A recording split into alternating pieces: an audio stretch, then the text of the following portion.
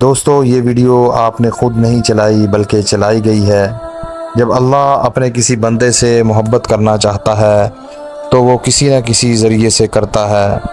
یہ الفاظ، یہ آواز بس ایک ذریعہ ہیں، اصل پیغام اللہ رب العزت کی طرف سے ہے۔ اسے دل سے سنو، اس ویڈیو کو دل سے سنیں، کیونکہ شاید یہی وہ لمحہ ہے جو تمہاری دیرینہ دعا کا جواب ہو۔ دوستو، جب آپ اچانک تنہائی محسوس کر رہے ہوں اور لوگ یوں ہی آپ کے ساتھ بدل جائیں، نہ رشتے یوں ہی ختم ہو جائیں، یہ اللہ کا خاص نظام ہے جو تمہیں اپنی طرف کھینچ رہا ہے۔ تم دعائیں کرتے تھے، یا اللہ دل کو سکون عطا فرما، تو اللہ نے وہ سب کچھ تم سے دور کر دیا جو تمہیں اس سے دور رکھے ہوئے تھا۔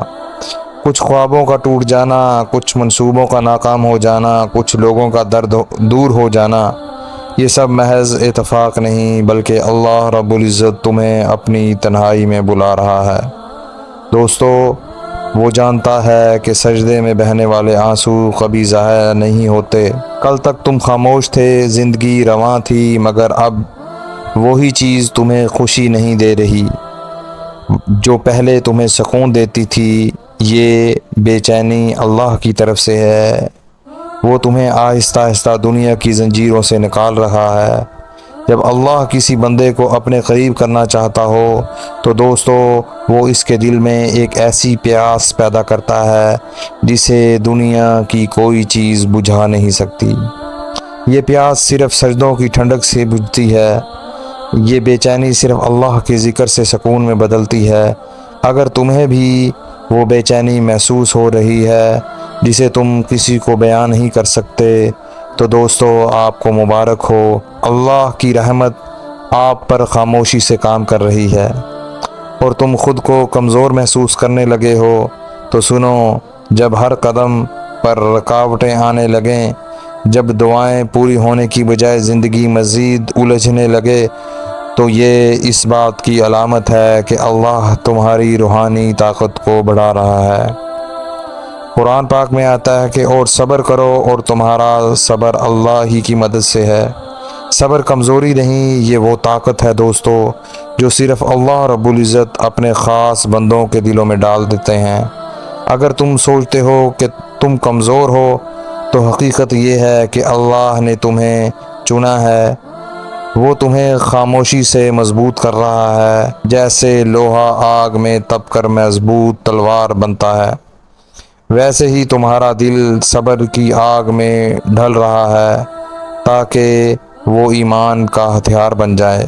تمہارا دل ٹوٹ رہا ہے اور تم اللہ کو پہلے سے زیادہ یاد کر رہے ہو، تو یہ بھی اللہ کی ایک خاموش نشانی ہے۔